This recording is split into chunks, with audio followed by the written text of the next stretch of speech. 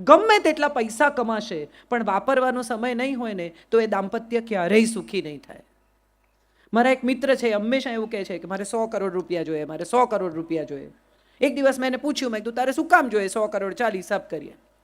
Builder છે એટલે કે મારે અમદાવાદમાં સુપર બંગલો બાંધવો છે. મેં કીધું 25 કરોડ રૂપિયા. ચાલ પછી? તો મને કે મારે પત્નીને દુનિયા બતાવવી છે બિઝનેસ ક્લાસમાં. મેં કીધું બહુ સરસ, 5 બીજા. ચાલ પછી 30. તો કે મારે છોકરાઓને સારામાં સારી ફોરેન યુનિવર્સિટીમાં ભણાવવા છે. ચાલ 5 બીજા, 35. પછી? તો કે પછી વૃદ્ધાવસ્થા માટે બી કંઈ જોઈએ. તો મેં કીધું ચાલ 40. પછી? 40 એની પાસે આજે પણ છે, પણ પેલા 60 કમાવાના ચક્કરમાં વાપરશે નહીં. અને પત્નીના ઘૂંટણ જતા રહેશે ને ત્યારે એને માનસરોવર ને બદ્રી કેદાર લઈ જશે. આજે હમણાં જે કરવાનું છે ને એ આપણે કરી લેવાનું છે. કોઈ કે એટલે આપણે રૂપાળા, કોઈ કે એટલે આપણે સરસ, કોઈ કે એટલે આપણી રસોઈ સરસ. ઘરમાં મહેમાન જમવા આવ્યા હોય ને પતિના મિત્ર આવ્યા હોય એટલે પત્ની કે જમવા બેસે ત્યારે કે ભાભી તમારી દાળ બહુ સરસ, એટલે તરત કે એમને કહો. એમને શું કહેવાનું? એ રોજ જ ખાય છે, પણ એ વખાણ નથી કરતા તો નથી કરતા. જેણે કર્યા એનો આભાર માનો. આપણે બધા જેની પાસેથી અપેક્ષા રાખીએ છીએ ત્યાંથી જ સુખ મળવું જોઈએ એવી આપણા બધાની શરત છે. આપણે બધા જ એ પરિવારમાંથી, એ ઉછેરમાંથી આવીએ છીએ કે પતિ કહે તો સરસ. પણ એવું જરૂરી નથી. તમને તમારી દાળ ખાઈને એમ થાય છે કે તમે સુપર દાળ બનાવો છો, તમને તમારી સુખડી ખાઈને એમ થાય છે કે વાહ મારા જેવી સુખડી કોઈ ન કરે, તો તમે મજા કરો. એ આવીને ખાય છે એનો અર્થ જ એમ કે એમને ભાવે છે. કેટલાક લોકોને એક્સપ્રેશન કરવાની, દેખાડવાની, કહેવાની આવડત ન હોય. અને એમાંય ખાસ કરીને ભારતીય પુરુષોનો તમે વિચાર કરો તો તમને સમજણ પડે.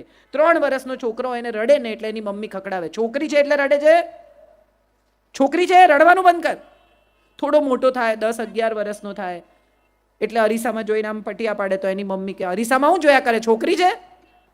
થોડો વધુ મોટો થાય, મમ્મીને વાલ કરવા આવે કે આ ઘરે છોકરીઓની જેમ ચોંટાચોટ નહીં. અને પછી જ્યારે થોડોક મોટો થાય, લગ્ન કરે, ત્યારે પત્ની પહેલી ફરિયાદ શું કરે? તમને તો કંઈ આવડતું જ નથી, તમને તો ઇમોશન જ નથી, તમને તો લાગણી દેખાડતા જ નથી આવડતું. પણ 3 વર્ષનું હતું ત્યારથી એને ધમકાવી ધમકાવી ને એની લાગણી એને કંટ્રોલ કરતા શીખવી. પુરુષો દેખાડે નહીં, પુરુષો દેખાડે નહીં. મારે આ બધા બહેનોને પૂછવું છે ખરેખર, અને દિલથી પૂછવું છે, તમારા ઘરમાં શરૂઆતમાં પૈસા આવવાના શરૂ થયા થોડાક, ત્યારે પહેલો મા બાપનો વિચાર કર્યો? હા કે ના? હા કે ના? પછી છોકરાઓનો વિચાર કર્યો? હા કે ના? જવાબ આપો. આમ કરો છો તો હા. પછી તમારો વિચાર કર્યો, બરાબર? તમે કોઈ પણ ઘરના પુરુષ એવા જોયા છે કે જે અમદાવાદ ગયા હોય ને પોતાને માટે 6 શર્ટ લઈને આવ્યા હોય? કેમ હવે કોઈ જવાબ નથી આપતું? બધી સ્ત્રીઓ એવી ફરિયાદ કરે, હું ઘેર ન જાઉં ને ભાઈ સાહેબ ત્યાં સુધી જમે જ નહીં. તમને ખરેખર એવું લાગે છે કે 40 વર્ષના, 35 વર્ષના, 50 વર્ષના, 55 વર્ષના માણસને પીરસીને જમતા નથી આવડતું? ખરેખર કોઈને એવું લાગતું હોય તો હાથ ઊંચો કરો. એને આવડે જ છે, પણ દિવસનો એટલો ભાગ તમે સામે બેઠા હો અને તમે હો ત્યારે જમે એવો એનો પ્રયત્ન હોય છે, એને કહેતા નથી આવડતું, એ એનો પ્રોબ્લેમ છે. આપણે બધા જ શબ્દોમાં ના સાંભળીએ ને ત્યાં સુધી આપણને સમજણ નથી પડતી. એમની આંખમાં દેખાતો સ્નેહ, એમના સ્વભાવમાં દેખાતી અમુક પ્રકારની રુજુતા, લાગણી, એ આપણને નથી દેખાતી. હમણાં જ એક મારી બહેનપણી મને કહેતી હતી કે એની દીકરી પરણીને ગઈ છે અને બધા બેઠા હોય, વાતો કરતા હોય, મજા કરતા હોય, ત્યારે અચાનક દીકરાના ફાધર, એના સસરા આવે ને એને ખભે હાથ ફેરવીને કે બેટા તું સુખી છે ને? લગભગ દર અઠવાડિયે એકાદ વાર આ સવાલ એ પૂછે.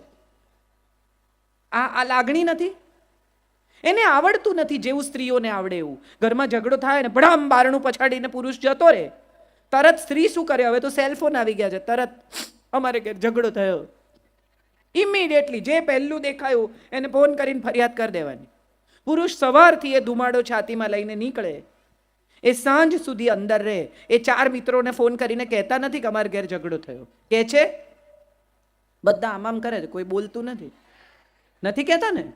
નથી કહેતા એટલા જ માટે એમને ડાયાબિટીસ થાય છે, એમને બ્લડ પ્રેશર થાય છે, એમના વાળ વહેલા ખરી જાય છે. આ વૈજ્ઞાનિક સત્યો છે. જો ઘરમાં સુખ જોઈતું હોય ને તો સૌથી પહેલી ઘરમાં શાંતિ જોઈએ. પરણીને આવેલી છોકરી પતિને ફરિયાદ કરે અને સાસુ દીકરાને ફરિયાદ કરે, આ ત્રાસ એના માટે એટલો થઈ જાય કે ઘેર કેટલા મોડા જવાય એવો પ્રયત્ન કરે. હા કે ના? હા, હા પાડે છે બધા. નહીં કરીએ એવો વિચાર આવે છે ક્યાંક? હા કે ના? એમાં આ નથી પાડતા. આપણે બધા આપણી દીકરીનું સુખ ઈચ્છીએ છીએ. આપણને બધાને એમ છે કે આપણી દીકરી સુખી થાય, સારે ઘેર જાય, એની સાસુ એ બહુ સારી, એને તો બધું પહેરવાની છૂટ, એના ઘરમાં બધું પહેરવા દે, પંજાબી પહેરવા દે, પેન્ટ પણ પહેરવા દે. પણ અહીંયા આવેલી વહુને આપણે શું કહીએ છીએ? અમારે ઘેર સાડી જ પહેરવાની ભાઈ, અમારે ઘરે આ બધું નહીં ચાલે. કેમ આવા બે ન્યાય છે આપણા? કેમ આવા બે સ્ટાન્ડર્ડ્સ છે? કોઈકની વહુ થઈને ગયેલી દીકરીને છૂટ હોવી જોઈએ, પણ આપણી વહુ થઈને આવેલી દીકરીને કોઈ છૂટ નહીં આપવાની. કેમ આવા બે લેવલ ઉપર આપણે જિંદગી જીવીએ છીએ? આપણે બધાએ આ સમજવાનું છે. ગૃહ કલેશનું સૌથી મોટું કારણ જો કોઈ હોય ને તો એ બે માન્યતાનો સંઘર્ષ છે, બે પેઢીનો સંઘર્ષ છે. એક છોકરી જે હમણાં 70માં 80માં જન્મી છે, એના વિચારો અને જે સાસુ 1960માં જન્મી છે, એની પહેલા જન્મી છે, એના વિચારોમાં ફેરફાર હોય એ બહુ સ્વાભાવિક છે. 1960માં પથ્થર પર ચટણી વાટતા હતા, તમારા મમ્મી વાટતા હશે, આદુ મરચા કૂટીને દાળમાં નાખવાના. એ પછી મિક્સર આવ્યું, ફર દઈને બધા ઘરમાં મિક્સર છે. હવે મારી મમ્મી નવું મિક્સર લાવી તો અમે બધા ઊભા રહીને જોતા હતા કે અરે વાહ, આવું કેવું થઈ ગયું. અને હવેની વહુઓ છે, તૈયાર ચટણી લાવે, પેકેટ કાપે, કાઢે, વાડકામાં પાણી નાખે ને ખવડાવે, અને સરસ મળે છે, ખરાબ નથી મળતી એ ચટણી. સવાલ એ છે કે ગઈકાલે તમે એક મોબાઈલ ખરીદ્યો, આઈફોન ખરીદ્યો, સેમસંગ ખરીદ્યો, નોકિયા ખરીદ્યો, 6 જ મહિનામાં એ ફોન કરતા સારો બીજો ફોન બજારમાં આવે છે? હા કે ના? તો તમને શું લાગે છે, ભગવાને 1960માં જે મોડેલ બનાવ્યું અને 1990માં બનાવ્યું એમાં કઈ ફેરફાર જ નહીં કર્યો? અપગ્રેડ કરે કે ના કરે મોડેલ? ઉપરવાળો બી અપગ્રેડ કરે, એ એમને એમ ના મોકલે. 60નું મોડેલ ને 90ના મોડેલમાં નવા ઘણા એને ફીચર ઉમેર્યા હોય. હવે આ સ્માર્ટફોન છે, સ્માર્ટફોનને સ્માર્ટફોનની જેમ વાપરતા આવડવો જોઈએ. તમને ન આવડે ને ખિસ્સામાં પડ્યો હોય ને તો નંબર લાગી જાય અને તમે જે વાતો કરતા હોય પહોંચીએ જાય. થયું છે આવું કોઈની જોડે? હા. આપણે બધા, મારે જે ખરેખર આ વાત ઉપર આપણે હવે થોડા ગંભીરતાથી વિચાર કરીએ તો તમને સમજાય કે આપણી જિંદગીમાં જ્યારે પણ તમે વિચારો તો તમને ખ્યાલ આવશે કે આપણા ઘરમાં કઈ કઈ વાતે કચકચ થઈ. એવું એક લિસ્ટ બનાવજો. હું તમને હવે આના ઉપાય આપું ઝડપથી, કે એક લિસ્ટ બનાવજો કે તમારા ઘરમાં કઈ વાતે કચકચ થઈ. ચોખ્ખાઈની વાતે, હા, એ આમ કરે છે ને હું આમ કરું છું. મારો દીકરો છે, એને અમે એવું શીખવાડ્યું છે કે તારે ઘરમાં જમી લઈએ એટલે ટેબલ તારે સાફ કરવાનું. હવે એ એવું કરે કે 8 વાગ્યાના જમ્યા હોઈએ તો ટેબલ સાફ કરે નહીં, બેસી રહે ને ટીવી જુએ ને આમ ફરે ને તેમ ફરે ને. એને એમ છે કે મારી માં કરી નાખશે. જો હું નહીં કરું, મને તો એમ હતું કે ખાલી બહેનો જ બહુ અવાજ કરે,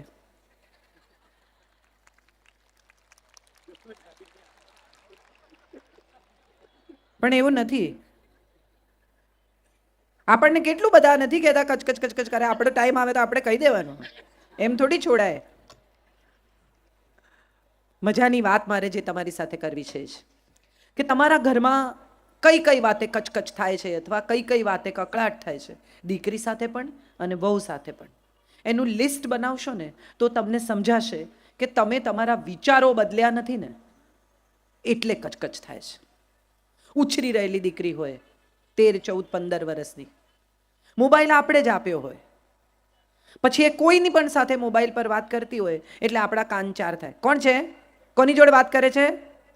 ક્યાં જાય છે? એવી કેવી બેનપણી છે? અહીંયા લઈ આવો, મને મળાવો. બેનપણીને ઘેર ફોન કરે, આવી છે.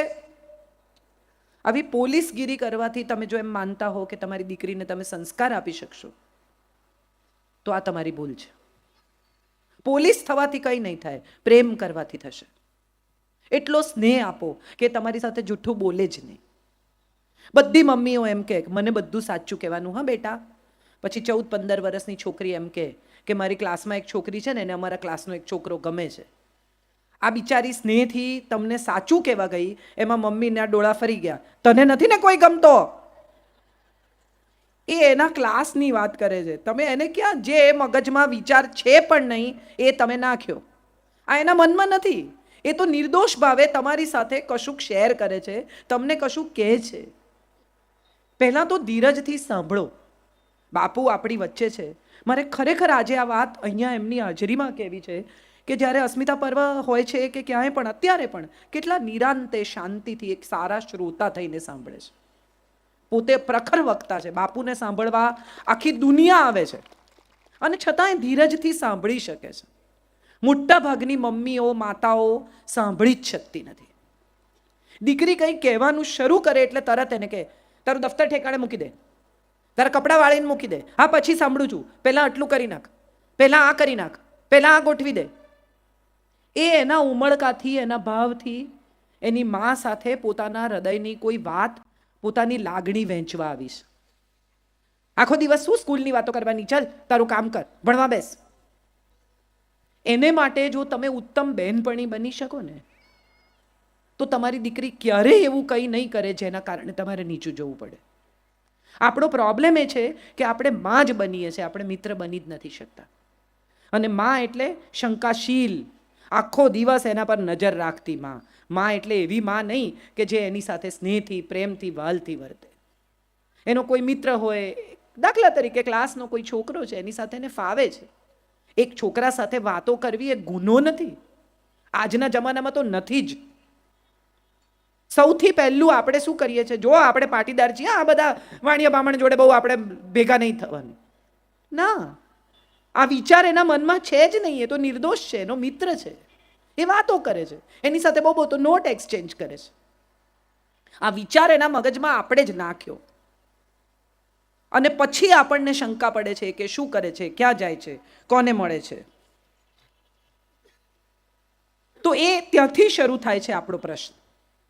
દીકરીને આપણે આખો વખત જ્યારે પણ જુઓ ત્યારે એના ઉપર શંકા કરવાની, એને બહાર નહીં જવા દેવાની, એની બેનપણીઓમાં શંકા કરવાની. અને પછી એ જ્યારે જૂઠું બોલવા માંડે, જ્યારે કોઈ છોકરાના પ્રેમમાં પડે ત્યારે આપણને બહુ અફસોસ થાય. ભાગી જાય, ખોટું પાત્ર પસંદ કરે ત્યારે આપણને બહુ અફસોસ થાય કે અરે રે, અમે આટલું કર્યું, અમે આટલા સંસ્કાર આપ્યા. સંસ્કાર એટલે મંદિર લઈ જવી, દીવો કરાવવો, કથા સાંભળવા લઈ જવી, પંજાબી પહેરાવવું, આ સંસ્કાર નથી. આ તો બધી બાહ્ય ઉપચાર છે. સંસ્કાર તો ભીતરથી પ્રગટે છે. અને ભીતરથી પ્રગટાવવા માટે સૌથી અગત્યની વાત એ છે કે માં પોતે ખૂબ શાંતિથી, ધીરજથી અને પ્રેમથી દીકરી સાથે વર્તે. આ આપણા સમાજમાં નથી થતું. દીકરીને એટલું બધું ભણાવે, એટલી બધી ફટવે, પછી બીજે ઘેર જાય ત્યારે એને ફાવે નહીં. અને એમાં હવે આ એક મોબાઈલ આવ્યો છે. બધી મમ્મીઓ સવારના પોરમાં દીકરીને ઘેર ફોન કરીને એનો સંસાર ચલાવે. હા કે ના? હા તો બધા પાડે જ છે. તારે ઘેર શું બનાવ્યું છે, કોણ આવેલું, શું વ્યવહાર કર્યો, તે એને શું આપ્યું, એણે તમને શું આપ્યું, એણે આપણા લગ્નમાં ક્યાં કવર આપ્યું છે. એ એના ઘેર ગઈ છે, એના સાસરે ગઈ છે, એના પરિવાર સાથે સુખી થાય એવો પ્રયત્ન કરવાની માતા પિતાની ફરજ છે.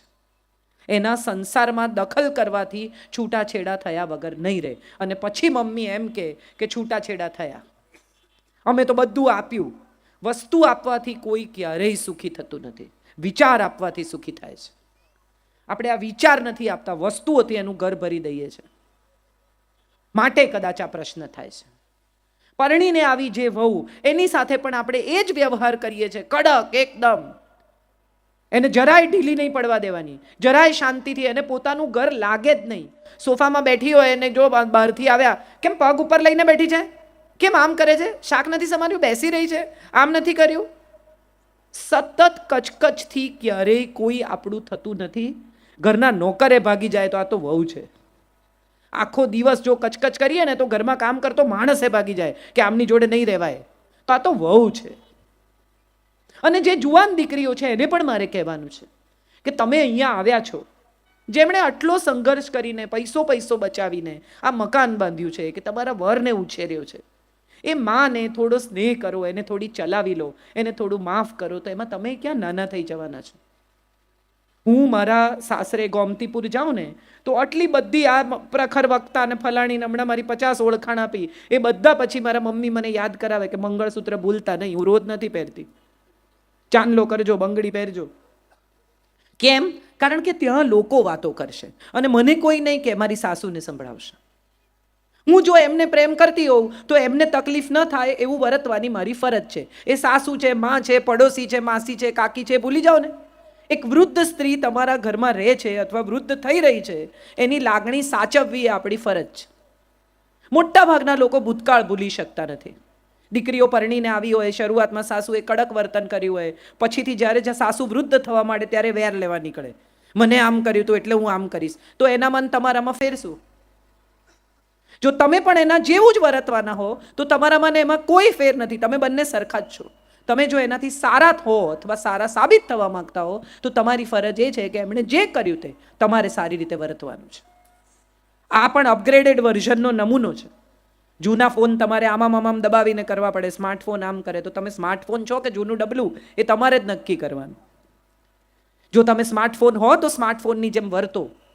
જો તમે નવી પેઢીની દીકરી હો તો નવી પેઢીની દીકરીઓ આવા બધા વેર ઝેરમાં, જૂના અમુક પ્રકારના કચકચમાં નથી પડતી. નવી પેઢીની દીકરીઓ નવી દિશામાં, નવા સૂર્ય સાથે આવી છે. એમણે નવું વિચારવાનું છે. જો 60 વર્ષની સાસુ જેવું વર્તી એવું જ તમે વર્તવાના હો તો તમારી માનસિક ઉંમર 60 જ વર્ષની છે. તમારી માનસિક ઉંમર 20 વર્ષની નથી. અને કેવી વાતમાં છૂટાછેડા થાય છે. હમણાં જ મને ખબર છે કોઈકના ઘરે છૂટાછેડા થયા, મને એટલું હસવું આવ્યું. એને 5 વર્ષ પછી એવી ખબર પડી કે એનો વર કાંદા લસણ ખાય છે. આવી વાતમાં એને બેગેજ ભરીને પોતાને ઘેર જતી રહી. ત્યારે સવાલ એ થાય કે કાંદા લસણ ખાવા કે અમુક રીતે જીવવું કે અમુક પ્રકારની જિંદગી જીવવી એ આપણા સ્નેહની વચ્ચે કેવી રીતે આવે? 5 વર્ષ તમે જે માણસ સાથે જીવ્યા, જે પરિવાર સાથે જીવ્યા, એણે તમને થોડોક સમય પણ એવો નથી આપ્યો કે જે તમને ઘર સાથે, પરિવાર સાથે બાંધે. તમારી લાગણી, તમારા સપ્તપદીના વચન. પરણતી વખતે તમને બધાને ખબર હશે, જેટલા વિધિસર પરણ્યા છે બધાને, કે 3 ફેરા ફર્યા પછી ચોથા ફેરામાં એમ કે બેન હવે તમે ડાબી બાજુ આવો. અને બેન બી બધું આમ સાચવીને છેડાછેડી લઈને ડાબી બાજુ આવી જાય. પૂછે નહીં કેમ. બ્રાહ્મણે કીધું ને આપણે કર્યું. જાજી બુદ્ધિ ક્યાં વાપરવી છે? કેટલી સુંદર વાત છે આપણા શાસ્ત્રની કે તમારી પાસે બધા અંગ 2 છે. 2 આંતરડા, 2 ફેફસા, 2 મગજ, બધું જ 2 અંગૂઠા, 2 હાથ, 2 પગ, હૃદય એક છે. અને 3 ફેરા ફર્યા પછી એ હૃદય તમને સોંપે છે. જેણે તમને હૃદય સોંપ્યું એને દુઃખી કરવાનો અધિકાર આપણને આપ્યો કોણે? આપણે બધા અજાણતા જ એને સૌથી વધુ દુઃખ આપીએ છીએ જેને આપણે પ્રેમ કરીએ છીએ. તમે ઘર છોડીને જતા રહો સાસુને લીધે, દુઃખી કોણ થાય છે? તમારા પતિ. સાસુ ગમે તેવી હોય, તમે સાસુને પરણીને આવ્યા છો. તમે જેને પરણ્યા છો એની લાગણીનો વિચાર કરો. છૂટાછેડા લેવાથી જિંદગીની કોઈ સમસ્યા પૂરી થતી નથી. અને છૂટાછેડા લીધા પછી સારો જ છોકરો મળશે એવી કોઈ વોરંટી, ગેરંટી છે? છૂટાછેડા લીધા પછી જિંદગી સારી જ જશે એવું કોઈ તમને દસ્તાવેજ કરી આપવા તૈયાર છે? બાળક સાથે છૂટી થાય સ્ત્રીઓ ત્યારે મને બહુ એવો સવાલ થાય કે એના પિતાથી, એની દાદીથી, એના પરિવારથી દૂર કરવાનો તમને શું અધિકાર છે? તમને નથી ફાવતું, તમારો પ્રશ્ન છે. તમારા બાળકને તો પરિવારનો પ્રેમ મેળવવાનો હક છે, મળવો જોઈએ, અને એનાથી વંચિત રાખવાનો તમને કોઈ અધિકાર જ નથી. તમે કોઈ છો જ નહીં આ નિર્ણય કરનાર. કેટલી બધી સ્ત્રીઓને મેં એવી જોઈ છે, દાદી પાસે જવા ના દે. તમને નથી ફાવતું, તમારી સાસુ છે, એને માટે તો દાદી છે, વાલસોઈ, પ્રેમાળ. અને એ તમારા બાળક સાથે ખરાબ રીતે નથી જ વર્તતા, એ તમે જુઓ જ છો. એ તો બિચારા ઓછા થઈ જાય છે. તમારી સાથે જે થયું એનું વેર તમે એની પાસે તમારું સંતાન નહીં જવા દઈને લો છો. કેટલું ખરાબ.